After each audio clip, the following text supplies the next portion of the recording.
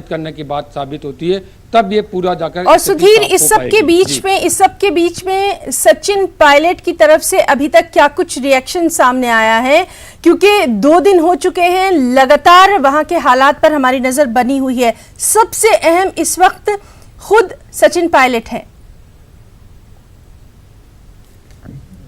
बिल्कुल सचिन पायलट है, और सचिन पायलट क्योंकि पीसीसी के चीफ के पद पर अभी तक बने हुए हैं, और उन्होंने अपनी ही सरकार यानी गहलोत सरकार के लिए कहा है कि वो अल्पमत की सरकार हो गई है। ये बहुत बड़ा बयान है, क्योंकि अपने आप में कि एक पीसीसी चीफ होने के नाते और अपनी ही सरकार में उप मुख्यमंत्री रहते हुए वो कह रहे हैं कि सरकार अल्पमत में आ गई है। निश्चित रूप से गहलोत सरकार पर खतरे के बादल मंडरा रहे हैं, लेकिन क्योंकि संवैधानिक बाध्यता है, दल बदल विरोधी कानून भी है, उसकी अलग नियम और धाराएं अलग है, उनमें सदस्यता खत्म भी हो सकती है। 2/3 बहुमत होगा तभी वो किसी पार्टी में ज्वाइन कर सकते हैं, या अलग से फ्रंट बनाने की भी बात कर सकते हैं। उन पे उन नियमों के तहत कार्रवाई भी हो सकती है। तो जब ये बात आएगी तो विधानसभा अध्यक्ष और उसके पहले राज्यपाल तक ये मामला पहुंचेगा, उसके बाद बहुमत की बात की जाएगी। अगर सूरत देखी जाए राजस्थान विधानसभा की, तो 200 विधानसभा के सदस्य यहाँ पर हैं और 30 विधायक इस्तीफा भी एक बार की दे देते हैं। तो ऐसी स्थिति में सरकार बनाने के लिए 86 विधायकों के साथ, जिसके साथ होंगे वो सरकार बनाएगी। ऐसी स्थिति में 107 अभी कांग्रेस के विधायक हैं, तो 30 विधायक अगर उनमें से निकाल भी देते हैं तो 77 विधायक कांग्रेस के पास रहेंगे। ऐसे में 9 विधायकों की और सरकार बनाने की आवश्यकता होगी। मौजूदा स्थिति में 2 छोटी पार्टियों के 4 विधायक और इसके अलावा निर्दलीय विधायकों का समर्थन अभी मौजूदा गहलोत सरकार के पास है। ऐसी स्थिति में संभावना है कि सरकार गिरने की स्थिति में कहीं नजर नहीं आ रही। लेकिन जी, तो बहरहाल ये बात हमें भी नहीं भूलना है कि अशोक गहलोत बहरहाल एक मंझे हुए खिलाड़ी हैं। कई और दूसरी स्टेट में जब इस तरह की बात हुई थी तो उन्होंने ही हालात को संभाला था। सुधीर, आपका बहुत बहुत शुक्रिया अदा करना चाहेंगे। लगातार हम आपसे अपडेट ले रहे हैं। फिलहाल के लिए बहुत बहुत शुक्रिया। और नाज़रीन, इस वक्त हमारे साथ हमारे नुमाइंदे अरबाज अहमद भी मौजूद हैं। चलिए अरबाज का रुख करेंगे। अरबाज, आपसे जानना चाहेंगे, जयपुर में जो सियासी हलचल थी, कहीं ना कहीं उसकी गूंज दिल्ली में सुनाई दी, और फिर अब ये लगातार हम देख रहे हैं जो सियासी हलचल जारी है। सबकी नजरें कांग्रेस लेजिस्लेचर पार्टी की मीटिंग पर लगी हुई हैं। क्या कुछ उसके ताल्लुक से? देखिए, जो मीटिंग को लेकर के अभी थोड़ा वक्त लगेगा, ऐसा जो है सूचना अंदर से आई है, और ये बताया गया है कि तमाम विधायक अभी जब पहुंच जाएंगे तब ये मीटिंग शुरू की जाएगी, क्योंकि जो अंदर से आंकड़ा आ रहा है उसके मुताबिक करीब 80 लोग जो है सीएमआर पहुंच चुके हैं। कुछ ही देर में जो दिल्ली से भेजे हैं लोग आला कमान में, जिसमें अविनाश पांडे हैं और जो रणदीप सुरजेवाला वो हैं, उनके अलावा जो लोग अजय माकन भी है में, वो अभी कुछ देर में एक होटल मेरियट के अंदर प्रेस वार्ता करेंगे, एक प्रेस कॉन्फ्रेंस करके जो है बातचीत करेंगे जनता से, और मीडिया से मुखातिब होंगे और उसमें अपनी बात रखने की कोशिश करेंगे। उससे पहले सीएम ने ये भी बताया है कि जो बसपा सपा के जो कई विधायक हैं वो यहाँ पहुंच चुके हैं, और बहुत से विधायक एस्कॉर्ट के साथ में अभी वहां पर पहुंच रहे हैं, जो कि सीएम आवास पर पहुंचेंगे। इसीलिए जो बैठक का वक्त है थोड़ा बढ़ाया गया है। जी, तो इस बैठक पर लगातार हमारी नजर बनी हुई है, और इस सबके बीच कुछ रद्देमल आना शुरू हो गए हैं। राजेंद्र जी, अंदर क्या चल रहा है? ब्रेकफास्ट चल रहा है, मीटिंग कब शुरू होगी? कितने विधायक पहुंचे हैं? बाकी को नहीं जाएगा।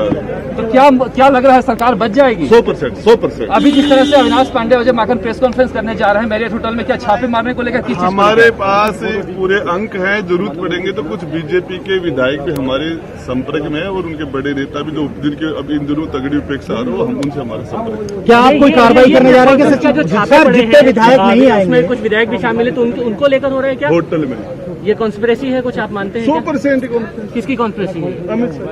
तो क्यों छापे पड़े? आपको लग रहा है कि टाइमिंग को लेकर? उनको उठाने के लिए आए थे विधायकों। भारतीय ट्राइबल पार्टी के गुड़ा जी, आप उठा पाए कि नहीं उठा? गुड़ा जी, आप ये बताइए, आप सब एक साथ आए बसपा से, क्या पूरे नंबर हैं? आप मानते हैं इसी पूरे नंबर? पूरे नंबर है। कितने सर इधर देख के सामने देखते, अभी तक क्या उठा पाए कि नहीं उठा पाए? सरकार सुरक्षित है।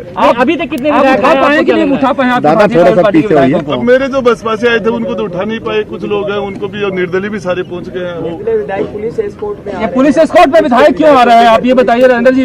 पुलिस एस्कॉर्ट में लाने की क्या जरूरत पड़ रही है? अमित शाह की दादागिरी। अमित शाह की दादागिरी यहाँ की पुलिस एस्कॉर्ट में लेके आ रही है। अब वो सिक्योरिटी के हिसाब से आ रहे हैं। क्या डर है कि पैरा रखा जा रहा है कि कहीं शामिल ना हो जाएंगे? हो सकता है ट्रैफिक में किसी सर दिल्ली में कुछ विधायक थे, वो वापस आने की खबर आ रही है। कितने विधायक दिल्ली से अभी तक वापस आए हैं?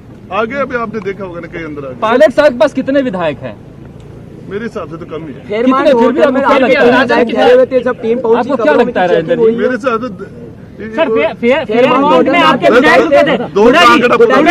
हुड्डा जी एक चीज ये बताइए, फेयरमाउंट में आपके विधायक जहाँ छापा थोड़ा सा सर पीछा करिए सर। सर आपका सर आरा फ्रेम खराब हो रहा है। अवाना था, लाखन था, तो वो तो सारे आ गए यहाँ वो तो यहाँ पर आ गए। तो उनके आने के बाद छापा पड़ा है। पता उसी टाइम निकला। कमरे में अच्छा, छापा पड़ने के बाद जा रहे हैं सचिन पायलट नई पार्टी बनाने जा रहे हैं, प्रगतिशील कांग्रेस पार्टी। उनसे पूछो। सर पीएल पुनिया का कहना है कि सचिन पायलट जी बीजेपी के खेमे में चले गए हैं। तो उनकी बात है, वो बड़े नेता मान लो उनकी बात आप। तो आप लोग यहाँ पर जब आपका क्या कहना है? हट जाओ आप सर।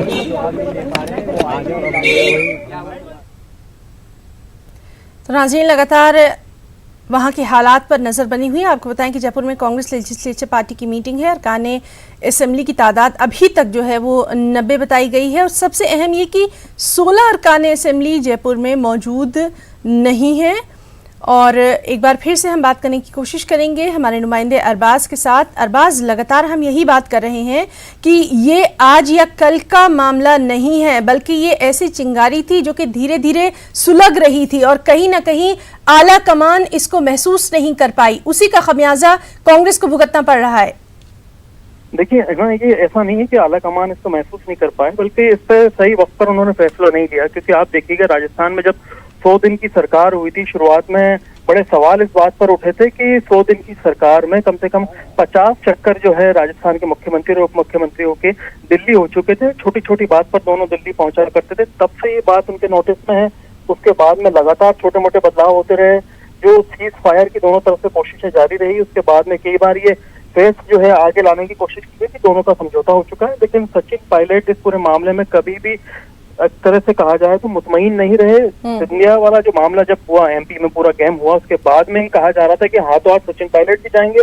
कब से ही ये तमाम चीजों के कयास लगाए जा रहे थे। कल फिर सिंधिया ने अगर देखा जाए तो उनको लेकर के, सचिन पायलट को लेकर के ट्वीट किया, जिसमें कहा था कि साफ तौर पर एक टैलेंटेड आदमी को राजस्थान की सियासत में दरकिनार किया जा रहा है। फिर सचिन पायलट का दिल्ली में रहना, खामोशी अख्तियार कर लेना। कल रात तक ये बात कही जा रही थी कि आज सुबह होने वाली विधायकों की बैठक में सचिन पायलट आएंगे, लेकिन कल रात के बाद में सचिन पायलट का रुख बदला।